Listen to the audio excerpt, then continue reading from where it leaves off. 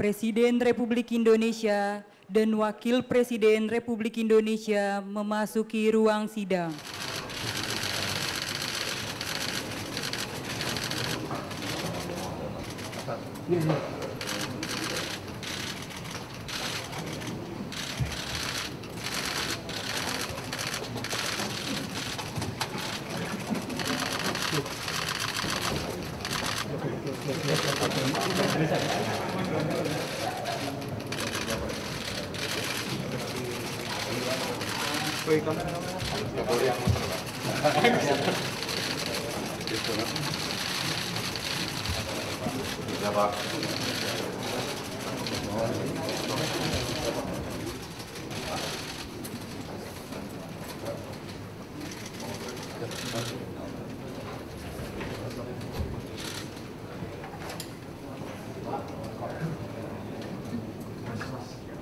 Bismillahirrahmanirrahim. Assalamualaikum warahmatullahi wabarakatuh. Selamat siang. Salam sejahtera bagi kita sekalian. Shalom, Om Swastiastu, Namo Buddhaya, salam kebajikan, Rahayu-Rahayu. Saudara-saudara sekalian, para anggota Kabinet Merah Putih yang saya hormati dan saya banggakan, Wakil Presiden yang saya hormati, para Menko, Ketua Dewan Ekonomi Nasional, para Ketua Badan, Panglima TNI, Kapolri, Jaksa Agung yang saya hormati, Kepala BIN. Saudara-saudara sekalian, sekarang saya kira adalah suatu momen bersejarah. Ini adalah sidang kabinet paripurna pertama yang saya pimpin. Kabinet yang kita sepakati, kita beri nama Kabinet Merah Putih untuk menjadi suatu simbol persatuan, simbol kebersamaan, simbol kebangsaan. Saya terus-menerus sudah beberapa tahun ini maju ke hadapan rakyat Indonesia, kepada semua pemimpin politik, pemimpin masyarakat, pemimpin agama, pemimpin pengusaha. Saya terus-menerus menekankan pentingnya persatuan. Sumber kunci keberhasilan kebangkitan suatu bangsa dalam sejarah manusia berabad-abad, kuncinya adalah bila elitnya bisa kerjasama, bila elitnya bersatu. Persatuan ini artinya adalah kita bisa sepakati mana adalah kepentingan nasional yang inti, mana adalah kepentingan nasional yang vital bagi kelangsungan hidup bangsa kita. Kita masing-masing punya kepentingan politik masing-masing. Kita masing-masing punya kepentingan kelompok masing-masing. Tapi manakala kita sudah bicara tentang bangsa dan negara, kita harus sepakati kepentingan nasional yang vital. Saya meyakini bahwa kepentingan nasional vital kita tentunya harus kita sepakati adalah kemerdekaan dan keutuhan NKRI. keutuhan Negara Kesatuan Republik Indonesia. Dan untuk menjamin keutuhan dan kelangsungan hidup Negara Kesatuan Republik Indonesia, kita harus dengan handal, dengan cerdik, dengan pandai bisa menjaga dan mengelola kekayaan bangsa kita. Hanya apabila kita bisa menjaga dan mengelola dengan baik semua kekayaan kita, hanya dengan demikian kita bisa memberi pelayanan kepada rakyat kita. Kita bisa memberi kebutuhan hidup rakyat kita. Kita bisa membayar segala keperluan suatu negara modern. Dan di antaranya tentunya adalah menjamin kedaulatan bangsa. Saya ingatkan saudara-saudara sekalian, jangan sampai kita lupa dengan Undang-Undang Dasar kita sendiri, Undang-Undang Dasar 1945, yang jelas dalam pembukaannya tertera tujuan-tujuan nasional kita, di mana tujuan-tujuan nasional kita sangat jelas oleh pendiri-pendiri bangsa kita. Tujuan pertamanya adalah melindungi segenap bangsa Indonesia dan seluruh tumpah darah Indonesia. Ini tujuan nasional yang pertama. Untuk kita survive. Karena itu kita perlu memikirkan apakah kita sudah cocok atau tidak investasi kita kepada pertahanan bangsa Indonesia. Kedua, tentunya memajukan kesejahteraan umum. Saya katakan berkali-kali bahwa negara yang merdeka, rakyatnya harus merasakan kemerdekaan. Janganlah kita bangga menjadi anggota G20 kalau rakyat kita masih banyak yang miskin, masih banyak yang lapar. Mencerdaskan kehidupan bangsa mutlak. Pendidikan bagi kita adalah prioritas yang sangat tinggi.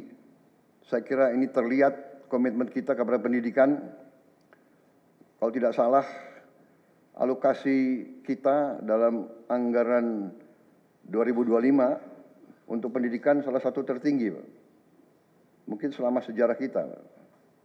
Untuk pertama kali kita sudah 25%, Pak. Bu ya. 20.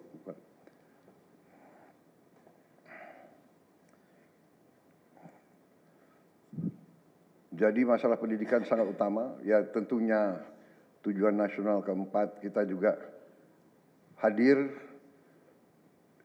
dalam pergolakan ataupun interaksi dunia, di mana kita harus selalu membela kemerdekaan bangsa-bangsa. Dan karena itu, mau tidak mau Indonesia harus kuat. Saudara-saudara sekalian, dalam hal ini semua, ada beberapa penekanan dari saya. Saya paham bahwa kita baru dilantik, saya saja baru 3 hari. Saudara-saudara baru 2 hari dilantik. Dan saudara-saudara, saya persilahkan secepat mungkin, terutama bagi menteri-menteri yang baru, silahkan konsolidasi sendiri, mengatur sendiri secepat mungkin administrasi saudara, dan tim saudara di kementerian dan badan masing-masing. Penyusunan tim sangat penting. Tim yang baik, tim yang bisa kerjasama akan memudahkan kita mencapai target-target yang kita tentukan. Saudara-saudara, saya sangat mengutamakan kerjasama sebagai tim. Untuk itu, dalam waktu dekat, saya akan mengajak saudara-saudara ke Magelang, di mana kita akan melaksanakan beberapa hari menambah pembekalan. Kemudian kita akan adakan koordinasi di tempat di Magelang, Jawa Tengah, di kawasan Akademi Militer. Hal itu saya nilai bahwa akan membawa banyak manfaat, karena sesungguhnya lahirnya Republik kita memang proklamasi di Jakarta, tetapi ujian proklamasi berada di daerah-daerah di mana pejuang-pejuang kita melaksanakan perebutan kemerdekaan secara fisik. Dan daerah Magelang merupakan suatu sentra perlawanan kita terhadap penjajah. Mulai ratusan tahun dikenal sebagai daerah perjuangannya Pangeran Diponegoro di antara 5 gunung. Itu saya kira cukup membawa suatu aura tradisi keberanian, tradisi heroisme, tradisi cinta tanah air. Saudara-saudara sekalian, jumlah anggota kabinet kita sebanyak 48 menteri. Juga ada badan-badan yang sangat strategis. Ini memang lebih banyak dari pemerintah sebelumnya. Jumlah ini saya sadari memang bisa dianggap tergolong besar. Tapi memang bangsa kita bangsa yang besar. Kita tidak dapat pungkiri bahwa kita negara keempat terbesar di dunia dari jumlah penduduk. Dari luas wilayah, kita luasnya sama dengan Eropa Barat. Di mana Eropa itu terdiri dari 27 negara.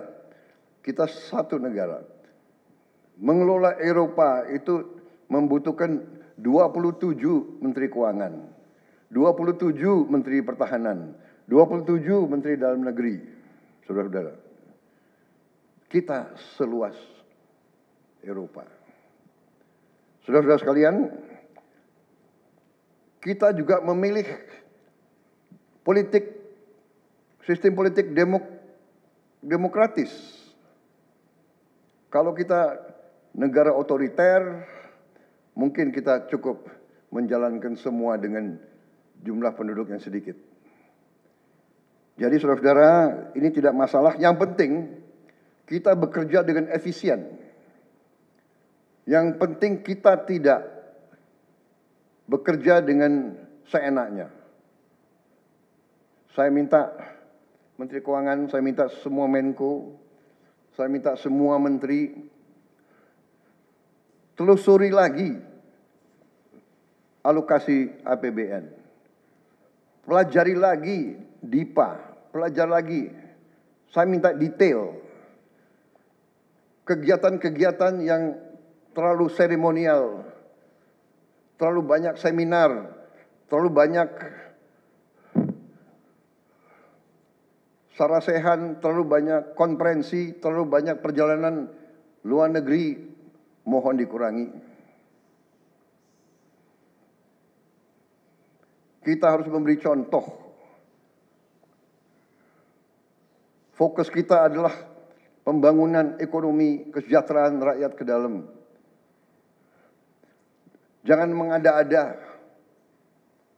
Studi banding, belajar pramuka ke negara lain, ya. Saya minta efisien. Saudara-saudara, kalau saudara perhatikan dalam pemerintahan yang saya bentuk, saya perkuat kepala staf kepresidenan. Saya perkuat itu, saya ada tambah lagi Badan Pengendalian Pembangunan dan Investigasi Khusus.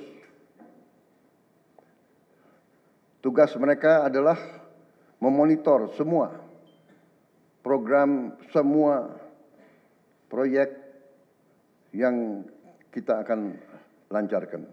Saya juga membentuk suatu badan baru, Badan Percepatan Pengentasan Kemiskinan. Badan ini akan mempelajari, akan mengikuti semua program-program perlindungan sosial, semua program-program bantuan ke bagian golongan rakyat yang masih perlu bantuan, intervensi.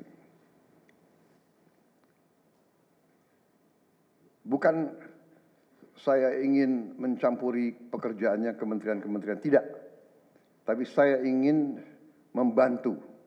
Di mana ada bottleneck, di mana ada kesulitan, segera kita atasi. Marilah kita jujur mengakui bahwa birokrasi di kita sangat terkenal. Sangat terkenal ribetnya, sangat terkenal lambatnya. Bahkan ada pembicaraan oleh rakyat kita bahwa birokrasi pemerintah kita sering mempersulit, bukan mempermudah keperluan rakyat. Bahkan ada yang mengatakan kalau bisa dibikin sulit, kenapa dibikin mudah? Ya, ini saya minta menteri-menteri sekarang, mari kita lebih berani, mari kita lebih tidak ragu-ragu untuk memberi pelayanan yang terbaik kepada rakyat kita. Jangan ragu-ragu kalau saudara tidak puas dengan pejabat-pejabat di bawah Anda, laporkan, segera kita ganti. Begitu banyak orang yang mau mengabdi. Tidak ada orang di sini yang kebal, yang tidak patuh, tidak bekerja keras untuk bangsa dan negara dan rakyat. Saudara saya beri wewenang, copot segera. Suruh tinggal di rumah aja, daripada bikin susah kita. Saudara-saudara sekalian, saya kira dalam waktu dekat saudara-saudara akan segera menyiapkan program kerja saudara masing-masing. Saya beri kesempatan segera, dan sewaktu-waktu terus saya akan panggil koordinasi.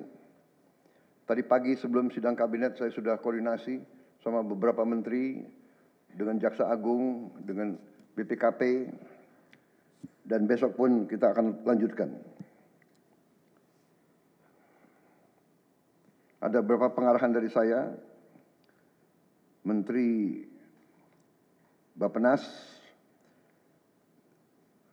pastikan semua program dan kegiatan di semua kementerian lembaga mempunyai kontribusi yang signifikan, terukur, dan saling bersinergi. Pelajari kembali semua proyek. Jangan ada proyek yang mercusuar. Semua ditujukan kepada yang saya sampaikan pada pidato saya di depan Majelis Permusyawaratan Rakyat pada hari pelantikan saya. Kita harus swasembada pangan. Itu prioritas dasar karena situasi global. Perang besar bisa pecah setiap saat. Kita harus jamin kemampuan kita memberi makan rakyat kita sendiri. Swasembada energi mutlak. Kita bersyukur kita punya sumber alam yang sangat besar. Kita sekarang tidak boleh ragu-ragu memanfaatkannya sebaik-baiknya. Hilirisasi kunci daripada kemakmuran. Karena itu saya minta menteri-menteri terkait, Menteri Investasi, Hilirisasi, Menteri Bappenas, Menteri ESDM, dengan beberapa menteri lain dibantu oleh tentu Menko Perekonomian dan Ketua Dewan Ekonomi Nasional, saya minta segera inventarisir proyek-proyek penting dalam program hilirisasi kita. 26 komoditas, proyek-proyek yang vital dalam 26 komoditas tersebut yang harus dihilirisasi segera dirumuskan, bikin daftar, dan kita segera untuk mencari dana sehingga kita bisa mulai hilirisasi dalam waktu yang sesingkat-singkatnya. Kemudian program makan bergizi, Kepala Badan Gizi Nasional dan semua KL untuk siapkan segera kita mulai dengan bergerak cepat, tepat sasaran, terukur, tapi jangan takut dengan kesulitan. Saya masih mendengar beberapa tokoh meragukan kemampuan kita untuk laksanakan itu. Saya tidak katakan bahwa ini bisa selesai dalam 1 minggu, 2 minggu, atau 3 bulan. Tidak ada di antara kita yang punya tongkat Nabi Sulaiman. Tapi kita bisa berhitung, kita bisa mengelola, kita bisa alokasi dana, kita bisa kerahkan sumber daya.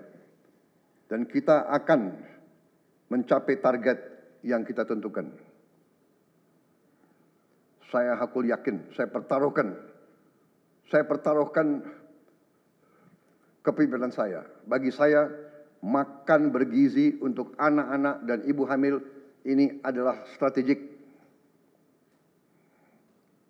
Yang tidak mendukung hal ini, silakan keluar dari pemerintah yang saya pimpin. Kita satu tim, harus yakin semuanya. Ini bagian daripada rencana kebangkitan bangsa Indonesia. Dan sesudah itu, tentunya yang saya katakan pendidikan sangat mutlak. Saya sudah panggil Menteri Pendidikan Tinggi, Sains dan Teknologi, dan Menteri Pendidikan Dasar Menengah. Kita sudah mempunyai gambaran besar bagaimana kita segera akan menyentuh semua anak-anak kita. Kita akan gunakan teknologi untuk mempercepat membawa pendidikan kepada anak-anak kita. Dan ini sesudah itu tentunya kesehatan juga penting. Demokratisasi yang paling cepat, yang paling dirasakan oleh rakyat adalah pendidikan dan kesehatan. Kalau kita bisa memberi pendidikan yang terbaik untuk anak-anak kita, kesehatan yang memadai untuk seluruh rakyat kita, itu adalah demokrasi yang sebenarnya. Saudara-saudara, Menteri Kesehatan teruskan reformasi kesehatan, atasi kekurangan dokter dan tenaga kesehatan. Kita punya program khusus, nanti kita bahas tersendiri. Ini semua harus ditopang oleh pertahanan yang kuat, penegakan hukum yang tidak ragu-ragu. Saya minta Jaksa Agung, Kapolri, BPKP, Badan Intelijen Negara fokus ancaman yang berat bagi kita, judi online, narkoba, penyelundupan, penyelewengan, korupsi, kebocoran. Hanya dengan penegakan hukum yang tegas dan intelligence yang baik, bukti-bukti yang kuat, bisa kita segera mitigasi hal ini semua.